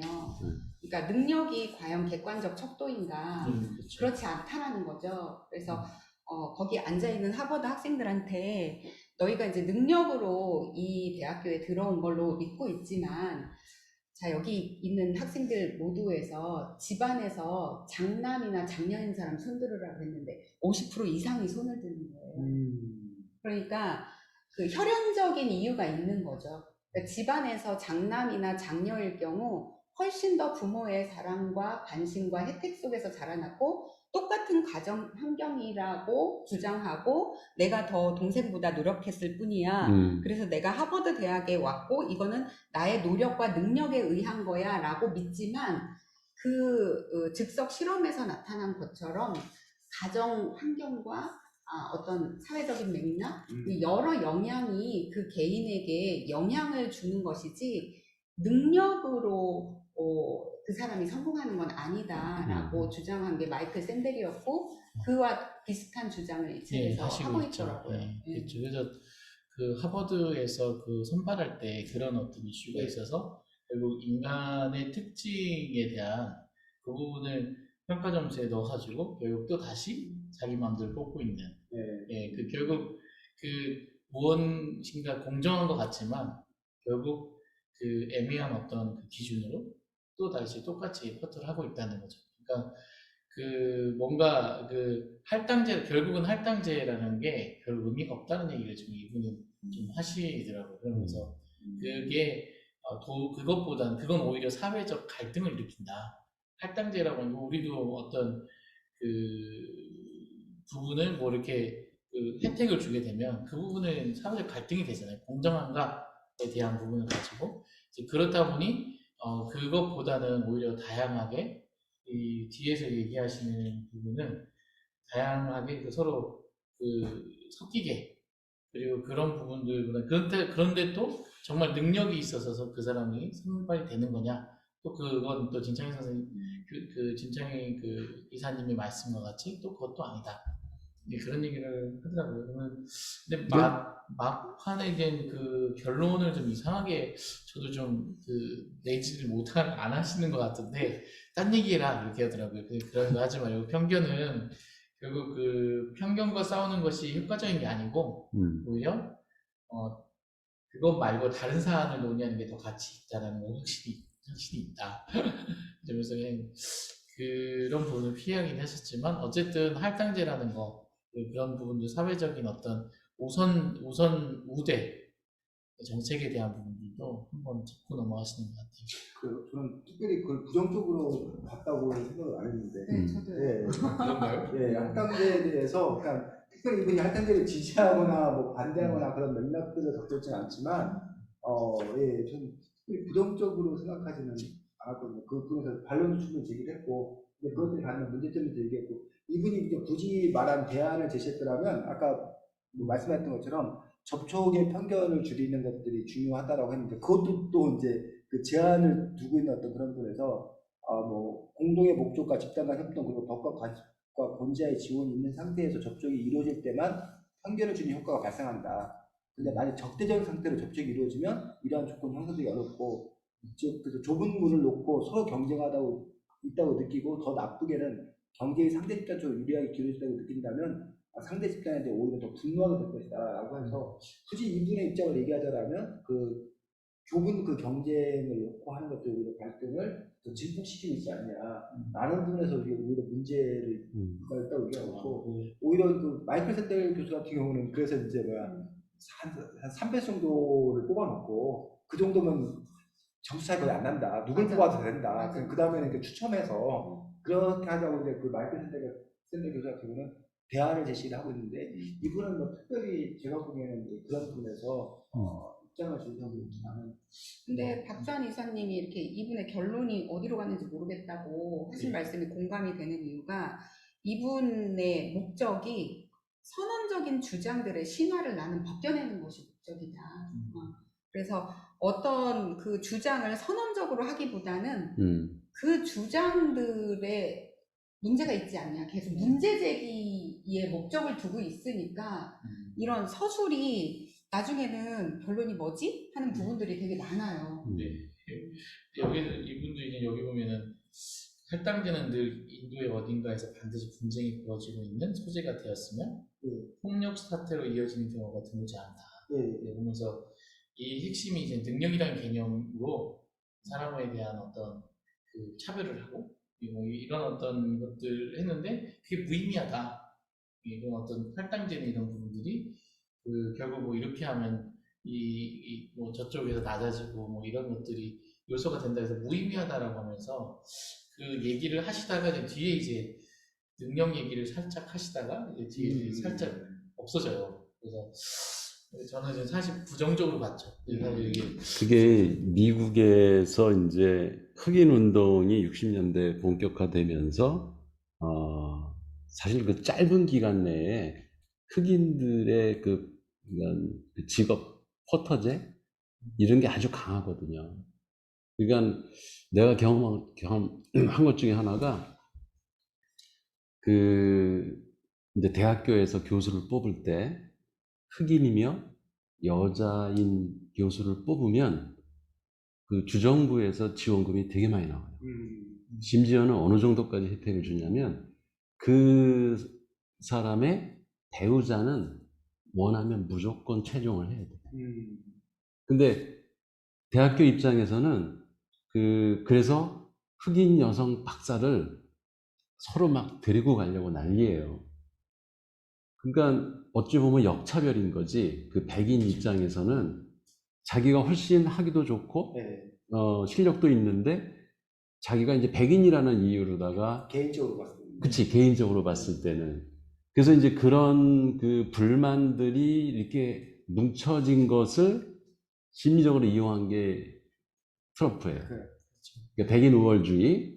이게 얼마나 폐해를 끼쳤고 사회에 악영향을 끼쳤는가가 30년대, 40년대 그 흑인들을 갖다가 막 동물처럼 막 그 살해하고 막 이런 일들이 있어서 이런 흑인들의 반발, 이런 것들이 되면서 이제 어느 정도 그 중간 정도로 갖다 놓기 위해서 이게 흑인 우대 정책이 생긴 건데, 그 인종 우대 정책이.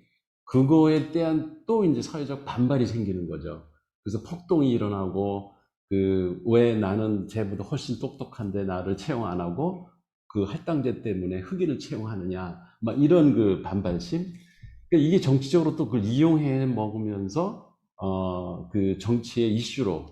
그래서 실제 여기 앞에도 아까 4장에도 그런 얘기가 나오더라고요. 그 대통령 후보들 가운데 그런 인종차별주의를 갖다가 공약으로 내세워가지고 표를 얻는, 그게 사실 우리나라에서도 잘 그게 지역 뭐 이기주의 이런 것들, 그거하고 비슷하거든요. 그리고 요즘에 이제 페미니즘 문제, 그것도 여성 차별, 그러니까 이런 것들이 일시적으로는 예를 들어서 여성가족부가 왜 그럼 남성가족부는 없느냐? 근데 그런 이제 저기가 있을 수 있잖아요. 근데 이게 그래서 이 사람이 줄기차게 그러니까 논지를 끌고 나가는 중에 하나가 상황 이론이라는. 그게 어떤 상태고 시기가 언제고 현재의 상황이 어떠냐, 이런 맥락을 전체적 사회적 맥락을 이해하면은 그런 상황에서는 그게 필요하고, 그래서 그렇게 어떤 제도를 마련했을 때 부작용이라는 거는 그걸 당연히 있는 거고, 어떤 제도를 선택하더라도 부작용은 있는 거고, 다만 그게 그 시대에 필요했던 것이냐 아니냐. 그리고 이제 세월이 흘러서 여성이 훨씬 더 많이 장관 이 사회적 지위를 다 차지하고 이런 시대면 그게 필요 없다라고 하면 그때 가서 없애면 되는 것이지, 지금 상황에서는 그게 너무나 편향적으로 남성 위주의 사회가 돼 있기 때문에 그거를 좀 바로잡기 위해서 그런 제도가 만들었다, 이렇게 이해된다라고 하는 측면을 이 사람은 좀 얘기하고 싶은 것 같아요. 여기서 그 두 가지 측면들이 있는데, 하나는 일단 기본적으로 우리는 인도가 카스트 이런 게 되게 심하다고 하는데, 이 사람의 주장은 오히려 인도가 불교적 천민들이 올라가는 비율이 흑인들이 백인 사회에 진입하는 더 것보다 높다. 라는 어떤 상식을 깨는 그런 얘기를 했던 게 기억이 나고요. 두 번째는 이제 그 불가족 천민들에 대해서 그들끼리만 할당해서 경쟁하게 해서 하는 그런 제도가 변질이 되어서 불가족 천민들 중에서 이른바 잘 사는 그런 사람들이 폭격하기 때문에 쟤는 잘 사는 애 아니냐, 라는 식으로 그러니까 이 제도 자체가 불가족 천민들의 그 실질적인 도움을 주는 것이 아니라 그러니까 거기는 이제 불가족 천민이라는 신분이라는 제도에다가 이제 거기는 또 그 가난, 빈부라는 그 문제가 두 개가 이제 중첩이 되면서 가난하고 신분이 낮은 사람은 소외되는 거예요. 그치. 근데 신분이 낮은데 부유한 사람이 혜택을 받게 되는. 그래서 지금 현재 우리나라도 이제 제일 저기가 그잖아요. 젊은 여성 정치인, 젊은 여성 정치인이 우대받는 어떤 그런 부분들. 그래서 그들이 이제 쉽게 말하면 상품화돼서 팔리는 거잖아요. 남성들, 젊은 청년들이 지금 상품화돼서 팔리는 어떤 그런 그런 부분들인데, 또 제가 뭐 지난번에 그 무슨 저는 집이 아니라 방에 삽니다 뭐 이런 책을 제가 그 책사포를 소개를 했었는데 그 청년의 이야기는 자기들은 존재하나 존재하지 않는 게 돼버렸다는 거죠. 청년들 얘기한다 하더라도 이른바 잘 나가는 청년들을 얘기하지. 뭐 이번에도 뭐 안타까운 얘기긴 하지만 그 의대생이 그 어쨌든 죽은 그 사건에 대해서 똑같은 그 일이 벌어졌을 때 고려 노동자가 죽은 사건에 대해서는 그 아무도 조명하지 않는 어떤 그런 건데 사회적으로 왜 그들에게만 그 스포트라이트가 가는 건가라는 어떤 그런 부분에서 이런 불평등은 또 어떻게 해결할 거냐. 근데 이제 그게 또 안타까운 거는 이거 봐라 너네는 그런 불평등 해결하지 못하지 않냐. 그러니까 이 문제를 제기하는 것조차도 의미가 없다는 식으로 또 그렇게 이렇게 두 가지를 이렇게 섞어갖고 막 그 정치적으로 또 이게 이용을 하니까 이게 너무 진짜 어려운 거예요. 그 어느 맞아요. 편을 들어야 되는 건지 그것들이 참 이렇게 풀리지 않는 그런 의미 있지 않나요? 요즘에 그 젊은 남자 청년들 20대, 30대들의 불만 중에 요소 하나가 왜 우리는 국방의 의무를 지고 군대를 갔는데 그 언제부턴가 왜 군대 갔다 온 거에 대한 가산점 제도 이런 게 없어졌잖아요. 직장에 갈 때도 그렇고. 그러니까 왜 그런 불평등을 당해야 되느냐. 그래가지고 걔들은 그러니까 모병제라든가 여성도 국방 의무를 져야 된다라고 하는 법안에 찬성한다는 거예요. 네. 그러니까 그게 같은 맥락인 것 같아. 이석이 얘기하는 거. 갈등이죠. 네, 갈등의 요소죠. 그러니까 그게 이제 사회적 어떤 변환 과정에서 겪는 어떤 사회적 갈등이고, 그걸 이제 어떻게 잘 슬기롭게 해결해 나가느냐. 그게 이제 정책 입안자들이 해야 할 일이고, 우리가 이제 시간이 주태해서 이게 장을 나눠서 얘기하지 않았지만 지금 다 얘기했습니다. 네, 7장, 8장, 9장 다 얘기했고요. 그래서 이제 마무리를 좀 해야 될 것 같습니다. 우리 이사님들 한마디씩 이 책 읽고 뭐 인상 깊었던 것 아니면 우리가 독서를 하는 태도라든가 사회를 바라보는 시선 이런 측면에서 어떤 시사점이 있었나 이거를 하나씩만 말씀하시고 마무리할까요? 우리 늦게 오신 박사님부터. 네,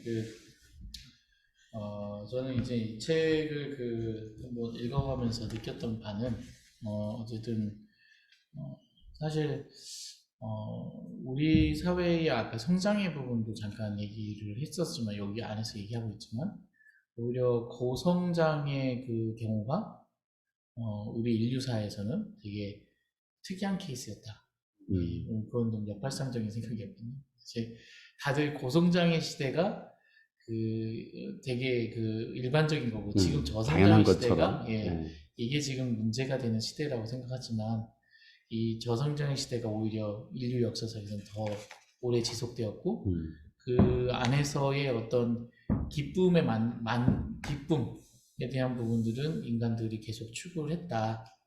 그러니까 그 기쁨이라고 하는 부분이 결국 아까 얘기한 존엄과 개인의 어떤 생존에 대한 부분들이 연결이 되는 거고, 굳이 성장주의에 입각해 한 경쟁과 능력의 이런 잣대로 볼 것이 아니라 같이 다양성이라는 부분, 이분은 다양성에 대한 부분을 상당히 많이 얘기하셨어요. 그래서 어렸을 때부터 이 다양성에 대한 부분들을 경험하게 해서 사회 전체적으로 관용과 포용에 대한 부분들을 그 갖출 수 있도록 해줘야 된다. 이런 부분을 강조하면서 아까 그 할당제조차도 그런 식으로 풀어야 된다.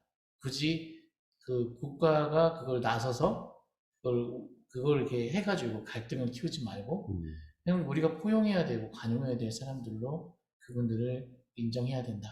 이제 그러면 그런 어떤 것에서 좀 더 나아가서 이제 아까 얘기한 이 소득에 대한 부분과 그 직업의 전환에 대한 어떤 방법들.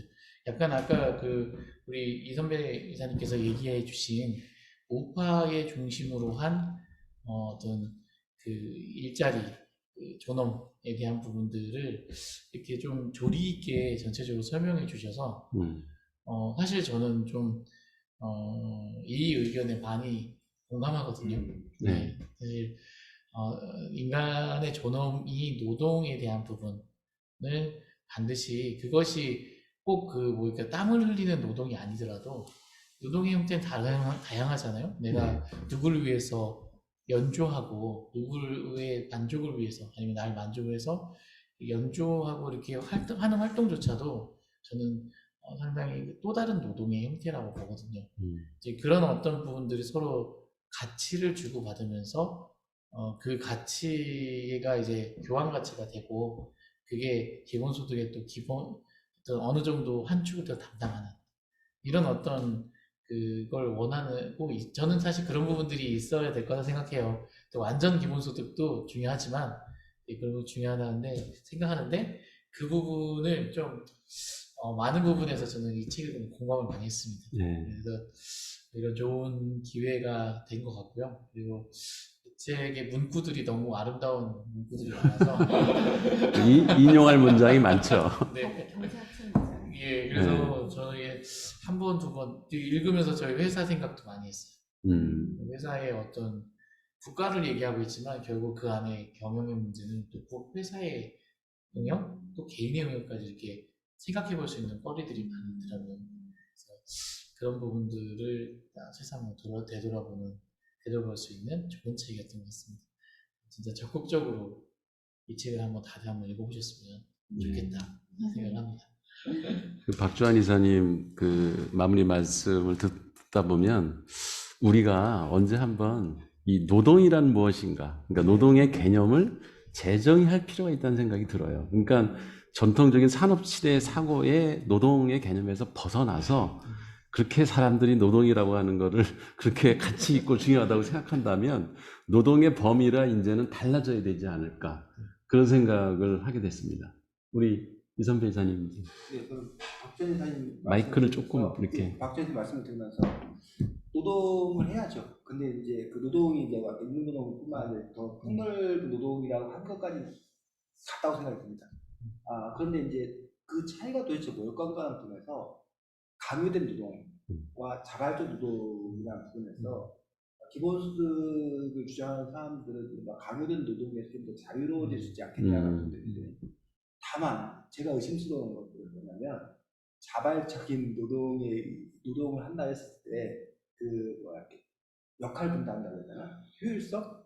이런 부분들이 과연 해결될까? 될 수 있을까라는 부분들.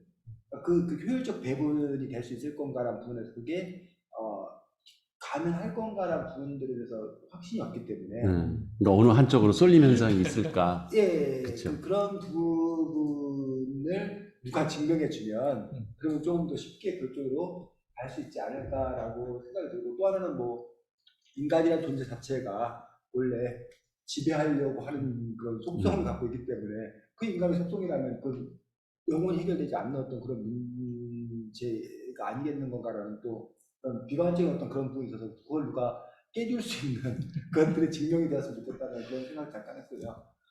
여기 책에 이제 우리가 의지할 나쁜 사상의 영향을 막기 위해 우리가 의지할 수 있는 유일한 수단은 신중하게 살피고 자명해 보이는 것에 유혹에 저항하고 기적의 약속을 의심하고 실증 근거가 무엇인지 질문하고 복잡성에 대한 인내심을 갖고 우리가 무엇을 알고 있으며 무엇을 알 수 있는지를 솔직하게 인식하는 것이다.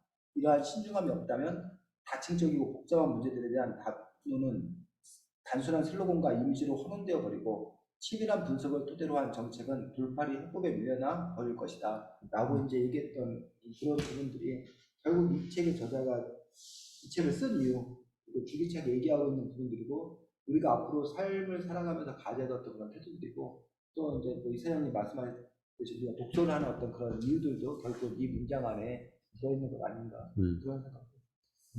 네. 진창 이사님. 네. 저는 이 책의 9장이 가장 인상 깊었고요. 네. 존엄에 대한 장이었거든요. 네. 그 현재 복지가 당사자들에 대한 이해와 공감 없이 시혜적으로 이루어질 때 나눠주듯이. 지원받으면서 모멸감을 겪는다는 거예요. 네. 근데 지금의 시대는 기본 욕구보다도 존엄이 먼저 우선되어야 되는 그런 시대다라고 얘기를 하면서 요즘 새로운 프로그램들이 각각의 당사자들을 고려한 그런 복지 프로그램들이 개발되고 있대요. 네. 예를 들어서 어떤 거는 청년 창업 지원 프로그램이었는데 결과적으로 청년들이 창업을 안 하는 결과를 얻을 수도 있는 거예요. 근데 그 프로그램의 목적은 종착점이 창업일 필요는 없다. 예, 두고 그 청년들의 존엄을 깊이 고려하는 그런 프로그램들이 만들어지고 있다고 하면서 이분이 되게 인상적인 글귀를 남기셨는데, 예, 그들은 도움을 받아야 할 그런 복지의 대상이 되는 분들, 그들은 문제를 가지고 있을 뿐 그들 자체가 문제인 것은 아니다. 그들이 겪고 있는 문제도 정체성이 규정되지 않고 그들 자신으로 그들이 겪고 있는 문제 때문에 그들 자신으로 여겨질 그럴 이유는 없다라고 표현을 했거든요. 그래서 이런 어떤 생각의 전환 이런 것들을 주는 점이 매우 존경할 만한 분이구나라는 생각이 들었어요. 상당히 중요한 얘기. 네. 그죠? 네. 그 개인마다 겪고 있는 상황이나 그 사람이 처한 상황 이런 것들이 다양한데 우리는 일반적인 시각에서 그 사람이 겪고 있는 문제를 이 사람이 문제가 있어서 그런 문제를 갖고 있는 것처럼 인식하는 경향이 확실히 있죠. 네, 그거는 정말 인간으로서의 존엄성을 무시한 행위이기 때문에 그런 사고는 절대로 해서는 안 된다. 저도 적극 공감하고요. 저는 이 책을 매 챕터마다 어떤 이렇게 토론 문화를 정착시키기 위해서 학생들끼리 또 뭐 일반인들이 이렇게 토론을 할 때 소재로 삼으면 좋을 만한 것들이 되게 많이 들어가 있다. 전부 토론거리. 예. 그래서 그런 토론의 텍스트로도 훌륭한 책이다 이런 생각이 들고 나눠서 됐어요. 가방 만들기와 염소 만들기, 그 가나 실험 이런 거 되게 재밌는 실험 많았어요. 가방과 염소 생각나세요? 그래서 그러니까 이 책은 뭐 경제 현상이나 아니면 뭐 우리 지금 지구에서 벌어지고 있는 이런 문제들을 시선적으로 이해하는 데도 도움이 되는 그런 그야말로 팩트들이 많이 들어 있어서 그런 점도 좋지만 어찌 보면은 이 토론 문화의 텍스트가 될 수도 있고 그 다음에 토론의 방식 우리가 어떤 생각을 할 때 또 책을 읽고 어떤 새로운 지식을 습득하고 할 때 그 저자의 그 사고 방식, 그죠? 세상을 보는 눈, 양쪽을 다 고려하고 이런 것도 우리가 한번은 깊이 있게 생각해봐야 되지 않을까 그런 측면에서 사고 방식도 좀 배울 수 있는 그런 좋은 책이 아닌가 이런 생각을 합니다. 예, 하여튼 우리가 2번에 걸쳐서 했는데 사실 한 챕터씩 매 한 꼭지로 해서 해도 될 만한 그런 이야기들이 많아서 참 인상적인 책이었고요. 여러분들에게 그건 맡기고 이 책을 가지고 한번 토론의 장을 벌여보시기 바랍니다. 오늘 얼토당토 북토크는 이걸로 마치겠습니다. 예, 감사합니다. 네,